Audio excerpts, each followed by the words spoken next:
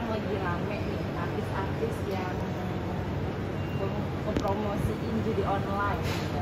Nah itu gimana sih Pak? Itu bisa terjerat hukum atau gimana Pak? Oke, selamat malam. Saya Dr. Firman Chandra. Terkait dengan maraknya,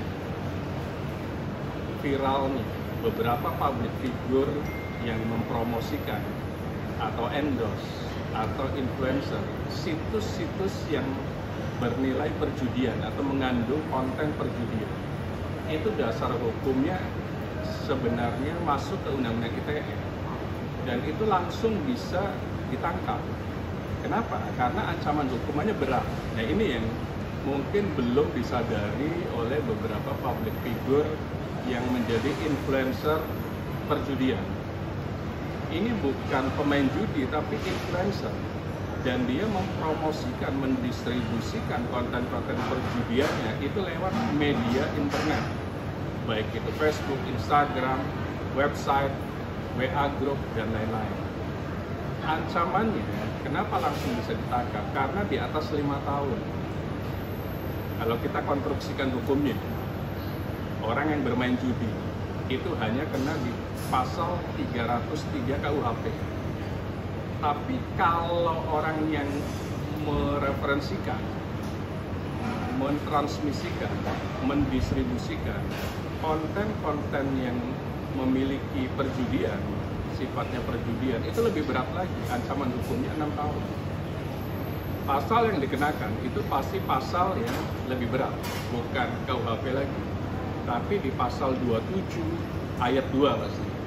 Kemudian jungtonya pasal 45 ayat 2. Barang siapa yang mendistribusikan, mentransmisikan konten-konten yang bernilai perjudian akan diancam hukumannya 6 tahun.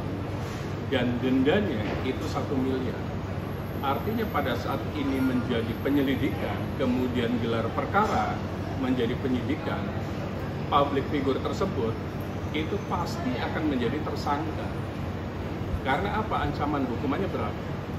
Tapi tentunya penyidik harus melihat alat bukti lain, video, screenshot, dan lain-lain, websitenya ada enggak, dan lain-lain. Karena apa? Setelah itu alat bukti ada, kemudian dipanggil ahli, mulai dari ahli bahasa, ahli ITE, ahli pidana, kemudian gelar perkara, telak si public figure tersebut akan menjadi tersangka dalam waktu cepat. Nah, kalau misalnya ini kan, kalau misalnya dia nanti ngelak, ya kan saya tugasnya cuma sebagai public figure, cuma mau promosiin doang, nanti gimana Pak?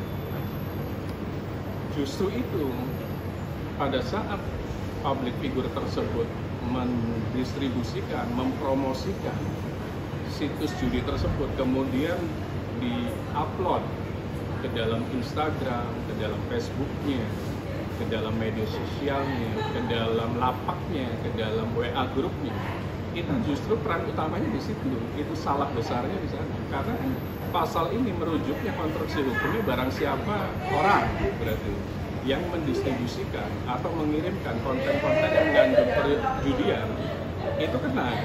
Nah di situ yang beratnya.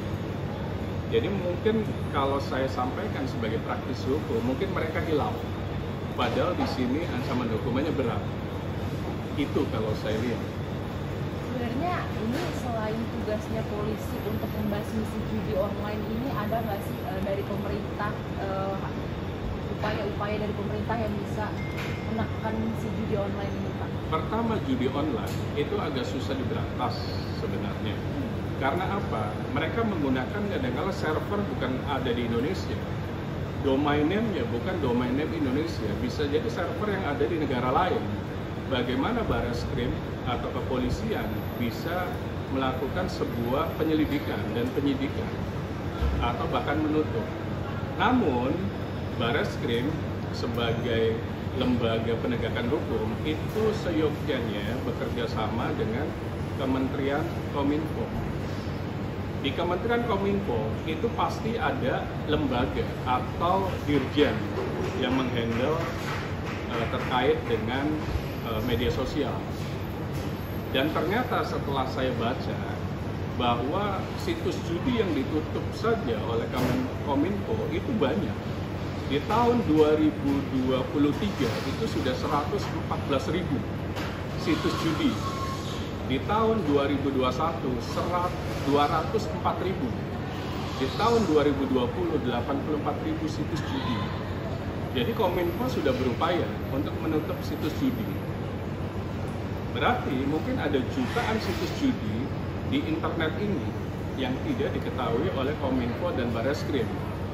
Makanya di situ ada hal yang diminta oleh pemerintah dalam hal ini Kominfo, itu peran serta dari masyarakat untuk melaporkan supaya apa? Preventifnya dapat, kuratifnya dapat. Preventifnya pencegahannya dari Kominfo dengan menutup situs tersebut. Kuratifnya dari kepolisian untuk menghukum orang yang ada turut sertanya di sana, termasuk influencer atau endorse yang mempromosikan situs judi tersebut.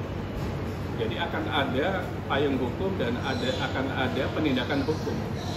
Jadi ada preventif, ada kuratif. Jangan sampai judi slot masuk ke dalam rumah, karena akses internet bisa diakses dari rumah masing-masing. Itulah peran serta masyarakat dibutuhkan agar melaporkan segera ke Kominfo. Mereka punya situs sendiri, laporkan ke sana supaya ditutup situs yang mengandung unsur perjudian. Kemudian kalau memang ada orang Indonesia, baik influencer ataupun pemain judinya, kepolisian akan menindak orang yang memang mendistribusikan atau pemain judi slot asal ada laporan, dan itu ancaman hukumannya berat. Bapak boleh dijelasin lagi tadi kalau misalnya untuk influencer ini bakal kena pasal berapa, hukumannya berapa? Influencer atau endorse itu adalah orang yang punya kewajiban pasti untuk mengenalkan atau mempromosikan agar situs judi itu dimasuki oleh penjudi. Makanya di sini beratnya. Pasal yang dikenakan oleh influencer kepada influencer atau endorse itu di pasal 27 ayat 2. Junto pasal 45 ayat 2 Undang-Undang ITE dengan ancaman hukuman 6 tahun dan denda 1 miliar. Sangat berat karena dengan 6 tahun di atas 5 tahun saja langsung bisa jadi tersangka dan ditahan di rutan. Bang, kalau kayak kasus WG ini Bang, itu kan terjadi pembuatan video tahun 2000. Nah sekarang ini masih beredar, tapi tidak ada laporan ke polisi dari masyarakat, bisa kena pasal.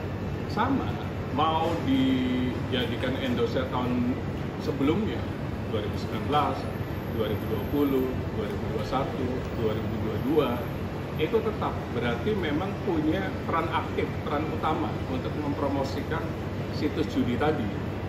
Jadi aktor intelektualnya adalah influencer tersebut. Apalagi situsnya belum ditutup, berarti kan masih berlaku penegakan tindak pidananya. Walaupun tidak ada laporan dari masyarakat yang merasa dirugikan. Ini bukan hanya delik aduan, bisa delik umum. Karena apa? Perjudian itu sifatnya adalah merusak bangsa. Seperti terorisme, itu masuknya delik umum. Jadi nggak harus ada yang mengadu. Apakah dari Kominfo, atau dari masyarakat, atau dari siapapun berhak gitu. Nah itu, polisi langsung bertindak dari laporan masyarakat. Karena ini delik umum. Sudah meresahkan. Sangat meresahkan dan merusak mental bangsa Indonesia, generasi bangsa Indonesia yang pengen cepat kaya tanpa bekerja. Padahal judi akhirnya memiskinkan juga mereka.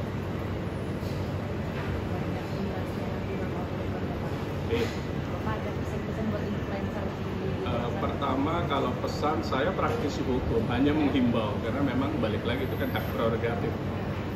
Pada saat ingin menjadi influencer harus di riset, harus di screening. Ini menjadi influencer yang melanggar hukum atau influencer yang tidak. Judi, investasi bodong, prostitusi, dan lain-lain itu hindari. Karena apa? Kita punya payung hukum namanya Undang-Undang ITE, dan itu sangat berat dibanding hukum KUHP-nya. Jadi jangan lakukan lagi lebih baik menjadi influencer produk lain yang tidak ada pelanggaran hukumnya di Indonesia. Yang sehat-sehat aja lah ya Pak ya. Betul. Terima kasih. Ya, Cukup? udah Pak. Cukup. Makasih banyak Sama-sama. Pak. Udah diganggu malam-malam. Iya.